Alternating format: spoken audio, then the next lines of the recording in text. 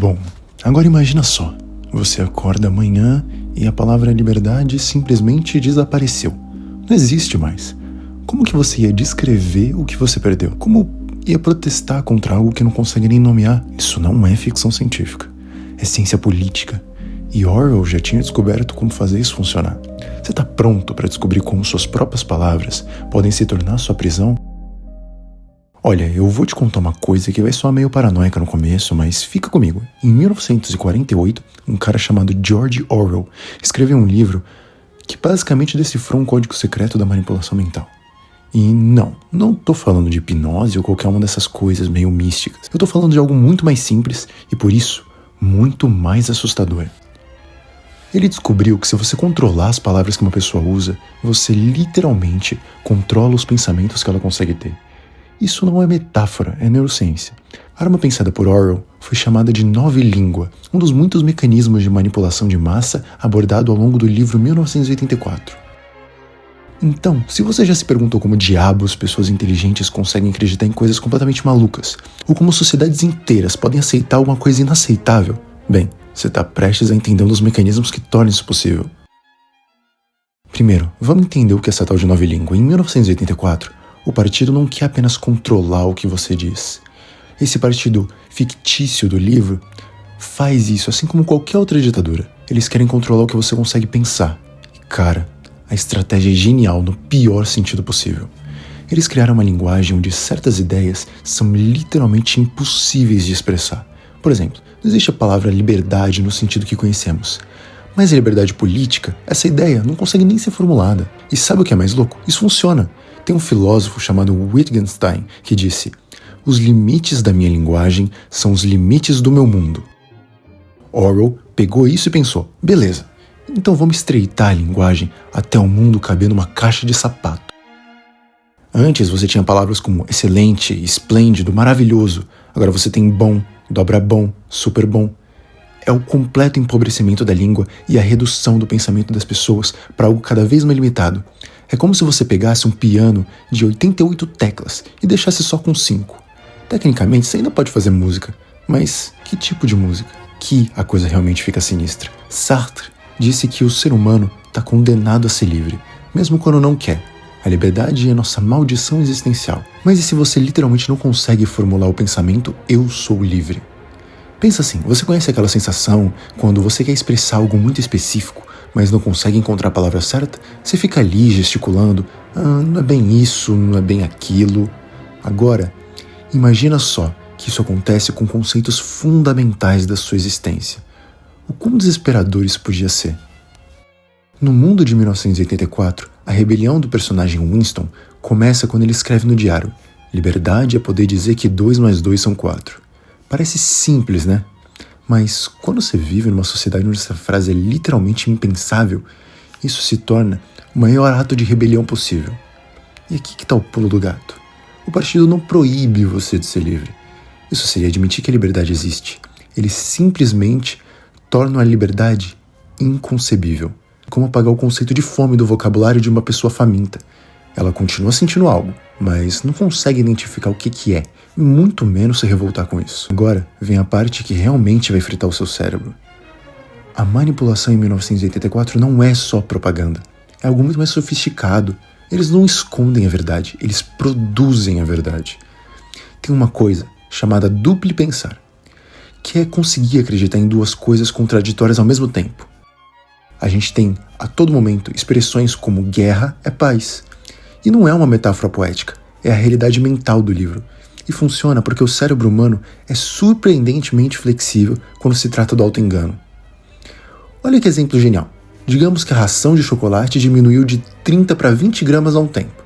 Depois de alguns meses, o jornal anuncia: ração de chocolate aumenta para 25 gramas.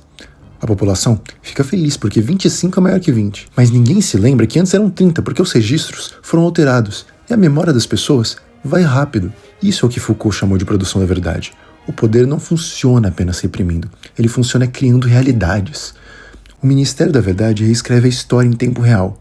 Ontem, no livro, eles estavam em guerra com a Eurásia. Hoje, estão em guerra com a Oceania desde sempre. E sabe o mais assustador? Isso não é mentira para quem vive lá dentro. As pessoas tendem a acreditar nas autoridades. Sua submissão é tamanha que eles desacreditam de si mesmos. Podem parar e pensar, mas será que eu não estou enganado? Era isso mesmo? Ah não, eu lembro de outra coisa que me disseram na TV. Agora vamos falar sobre algo que Orwell capturou com uma precisão cirúrgica. A angústia de estar consciente no mundo louco. Winston sente essa angústia porque ele ainda consegue pensar. E cara, isso doía. Kierkegaard chamava a angústia de vertigem da liberdade. É aquela sensação quando você está no precipício e por um minuto se imagina se jogar. Não porque você quer morrer, mas simplesmente porque você pode. Winston vive nessa vertigem constante. Ele pode pensar que 2 mais 2 são 4, mas isso pode destruir ele. A questão filosófica brutal é, vale a pena ser consciente se isso significa sofrer? A maioria das pessoas do livro 1984 não sofre porque não consegue mais perceber que deveriam sofrer. Elas perderam até a capacidade de sentir angústia existencial. Orwell nos coloca diante de uma escolha terrível. Você prefere ser feliz na ignorância ou sofrer com a verdade? Porque o partido oferece um acordo tentador. Para de pensar e, por isso, pare de sofrer. Nós pensamos por você. Escolhemos o quanto vai sofrer. Aqui chegamos ao ponto mais assustador de todos. A nova língua não trabalha com mentira no sentido tradicional. Mentira tradicional é quando você sabe a verdade e conta outra coisa, com a intenção de desfavorecer o outro. Isso aqui é muito mais radical. É a destruição do próprio conceito de verdade. Nietzsche espalhou o pensamento de que não existem fatos, apenas interpretações. O partido pegou isso e pensou, beleza, então vamos ser nós a fazer as nossas interpretações e as dos outros. Não existe mais verdadeiro ou falso, apenas ortodoxo ou heterodoxo, velho ou novo, diferente ou igual, simples ou complicado demais. O buraco da memória é onde os fatos inconvenientes simplesmente iam desaparecer. Não são contestados, não são refutados, eles simplesmente nunca existiram. É como deletar um arquivo do computador, mas o arquivo é um pedaço da realidade compartilhada da vida de todas as pessoas. E o mais genial, quando você questiona, eles não dizem você tá errado, eles dizem você tá louco. Porque louco é alguém que vê as coisas que não existem. E se algo não existe na linguagem oficial, então... Bem, você já deve estar vendo para onde essas coisas vão ir, não é? Vários filósofos posteriores olharam para 1984 e pensaram, cara, esse Orwell entendeu algo profundo sobre como a linguagem funciona. Wittgenstein falava sobre jogos de linguagem. Cada contexto social tem as suas regras. O partido criou um jogo onde só eles podiam ganhar. Habermas dizia que a comunicação autêntica precisa de igualdade de condições. Mas como você tem um diálogo genuíno numa linguagem que foi propositalmente mutilada? É como tentar jogar xadrez com metade das peças. Chomsky, que estuda a propaganda moderna, viu em 1984 um manual perfeito de como fabricar o consentimento. Você não precisa convencer ninguém. Você só precisa tornar a discordância uma coisa impensável. E Derrida, que mostrou como os significados são sempre instáveis, inadvertidamente explicou por que a estratégia de Orwell funcionaria. Se o significado das palavras é sempre negociável, quem controla a negociação controla a realidade. Então, vamos amarrar tudo isso. Orwell nos mostrou 5 coisas simplesmente aterrorizantes. Primeiro, a nova língua é uma arma que mata o pensamento na fonte. Segundo, sem palavras para a liberdade, liberdade não existe. Terceiro, manipulação moderna não esconde sua verdade, ela produz a verdade. Quarto, consciência no mundo louco é um fardo quase insuportável. E quinto, quando a verdade deixa de existir, a mentira também deixa. Sobra apenas poder o que é ou o que não é.